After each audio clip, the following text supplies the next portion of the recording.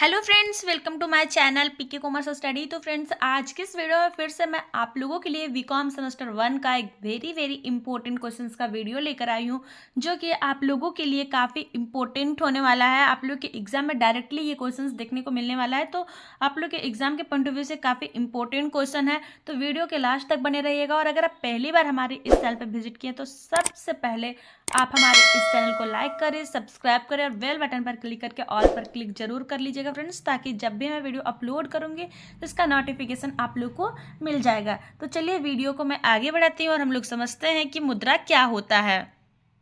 जैसा कि फ्रेंड्स कल भी हम लोग मुद्रा के बारे में डिस्कस किए थे, तो मुद्रा का मतलब होता है इंग्लिश में करेंसी, जिसे हम लोग पैसे या धन के रूप में जानते हैं। तो मुद्रा हम लोग के जीवन में क्या योगदान होता है मुद्रा का, तो मुद्रा के बिना यानी कि रुपया पैसा के बिना हमारा जो डेली जीवन होता है वो बहुत ही अधूरा रह जाता है, क्योंकि हम लोग कोई भी वस्तु को क्रय विक्रय यानी खरीद बिक्री करने के लिए हमें मुद्रा यानी करेंसी की आवश्यकता होती है। तो उसे ही जिसके माध्यम से हम लोग किसी वस्तु को खरीदते हैं या बेचते हैं, उसे ही पैसा कहा जाता है।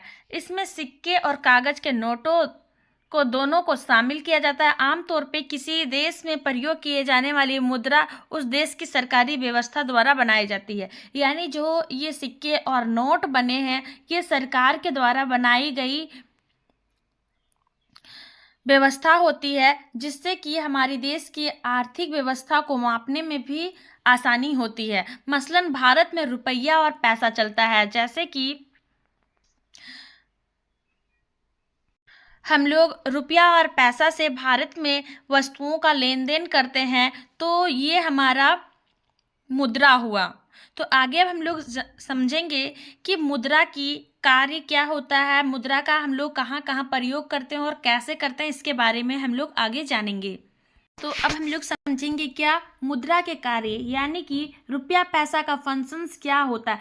कुछ समय पूर्व तक मुद्रा के केवल इन 4 कार्यों पर बल दिया गया था। यानी कि कुछ समय पहले ही फ्रेंड्स मुद्रा के लिए मुद्रा का प्रयोग सिर्फ किस कार्य के लिए किया जाता था, तो विनिमय का माध्यम था। यानी कि जैसे कि किसी वस्तु को हम लोग खरीदते थे तो रुपया पैसा के अदला बदली किया जाता था। उसके बाद मूल्य का मापक के लिए मूल्य का माप किया जाता था, मूल्य का मान और मूल्य का संरक्षण। आधुनिक समय में मुद्रा द्वारा विभिन्न कार्य जारी किए गए हैं। यानी कि पहले ये 4 कार्य किए जाते थे, लेकिन अब इस आधुनिक समय में मुद्रा के लिए भी बहुत सारे कार्य किए जाते हैं मुद्रा के द्वारा।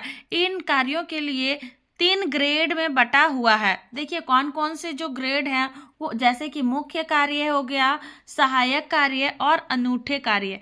तो मुख्य कार्य मुद्रा का किस लिए किया जाता है, सहायक कार्य कौन सा है और अनूठे कार्य कौन से हैं। तो फर्स्ट नंबर क्या आता है मुद्रा के प्रमुख कार्य में। मुद्रा के प्रमुख कार्य प्राइमरी फिक्शंस ऑफ मनी। ये कार्य है जिनमें द्रव्य या मुद्रा द्वारा आर्थिक विकास का प्रत्येक स्तर शामिल होता है, इसलिए मुद्रा के मूल या आवश्यक कार्य भी कहते हैं। मुद्रा के प्रमुख कार्य 2 हैं जो कि निम्नांकित है, यानी कि नीचे दिया गया है। तो मुद्रा के प्रमुख कार्य क्या है कि प्राइमरी फिक्शंस ऑफ मनी, ये कार्य जो है वो द्रव्य जिससे हम लोग नाप तोल सकते हैं, मुद्रा द्वारा आर्थिक विकास का प्रत्येक स्तर को यहाँ पे शामिल किया गया है, इसलिए मुद्रा के मूल्य या जो आवश्यक कार्य है उसे यहाँ पे शामिल किया गया है। चलिए आगे हम लोग देखते हैं 2 ऐसे कौन कौन से कार्य हैं जो कि इसमें शामिल किया गया है। पहला इसमें आ जाता है क्या, विनिमय का माध्यम, यानी कि मीडियम ऑफ एक्सचेंज। एक्सचेंज के माध्यम से मुद्रा का लेन देन किया जाता था। यह विनिमय का सबसे महत्वपूर्ण कार्य है। यानी कि जो एक्सचेंज करने के लिए हम लोग पहले बार्टर सिस्टम को फॉलो करते थे, वस्तु के बदले में वस्तु की अदला बदली की जाती थी। लेकिन अब क्या हो गया, अब वस्तु के बदले में हम लोग रुपये पैसे की अदला बदली करते हैं। विनिमय के माध्यम से मुद्रा ने विनिमय कार्य के अत्यंत सरल या निष्क्रिय बना दिया है। दूसरे शब्दों में कहा जाए तो मुद्रा ने वस्तु विनिमय प्रणाली की आवश्यकताओं के अनुरूप संगति को दूर कर दिया है। संबंधित मुद्राओं को वैधानिक मान्यता प्राप्त होती है, इसलिए प्रत्येक मनुष्य को इसे कानून द्वारा स्वीकार करना पड़ता है। यानी कि यहाँ पे जितनी भी वैधानिक मान्यताएं प्राप्त है, इसलिए मनुष्य इसे कानून के द्वारा स्वीकार करते हैं ताकि आसानी से वे वस्तुओं का अदला बदली कर सके। सेकेंड नंबर पॉइंट आता है क्या, मूल्य का माप। मूल्य का माप जिस प्रकार किसी वस्तु की कीमत को नापने के लिए पैमाना होता है, इसी प्रकार की वस्तुओं और सेवाओं का मापदंड मुद्रा है। यानी कि जिस प्रकार से हम लोग वस्तु की कीमत को नापते हैं कि वस्तु का कीमत इतना है तो इसका पैमाना इतना निकल कर आएगा, इतने वस्तु की खरीदारी इतने रुपए में बेची जाए तो कितना इसका मूल्य निकल कर आएगा, इसी प्रकार से वस्तुओं और सेवाओं का मापदंड मुद्रा के रूप में किया जाता है। मुद्रा द्वारा विभिन्न वस्तुओं को सेवाओं का मूल्य निर्धारण किया जाता है, जिसे कीमत कहा जाता है, यानी कि जिसे प्राइस कहा जाता है। विभिन्न देशों में मित्र मुद्राएं भोग में है, जैसे भारत में रुपया, अमेरिका में डॉलर, इंग्लैंड में पिंड और रूस में रूबल आदि है। यानी कि जितने भी देश हैं सबकी अलग अलग करेंसी है, अलग अलग मुद्राएं हैं। जैसे कि हमारा भारत में रुपया चलता है, अमेरिका में डॉलर चलता है, इंग्लैंड में पिंड और रूस में रूबल। चलिए आगे अब हम लोग क्या समझेंगे कि मुद्रा के सहायक कार्य क्या है। तो मुद्रा के सहायक या गौण कार्य प्रमुख कार्य पर अस्वीकृति होते हैं। उदाहरण के लिए व्हाट्सएप कार्य भी कहा जाता है। इन कार्यकलापों को मुद्रा टेब का प्रारूप तब दिया जाता है जब किसी राष्ट्र का एक सीमा तक आर्थिक विकास होता है। मुद्रा के सहायक कार्य 3 हैं। यानी कि यहाँ ये बताया गया है फ्रेंड्स कि मुद्रा के सहायक यानी कि गौण कार्य के रूप में इसे स्वीकृत किया जाता है। जैसे कि उदाहरण के रूप में व्हाट्सएप को माना जा सकता है। कार्यकलापों को मुद्रा टेब का प्रारूप तब किया जाता है जब किसी राष्ट्र की एक सीमा तक आर्थिक विकास होता है।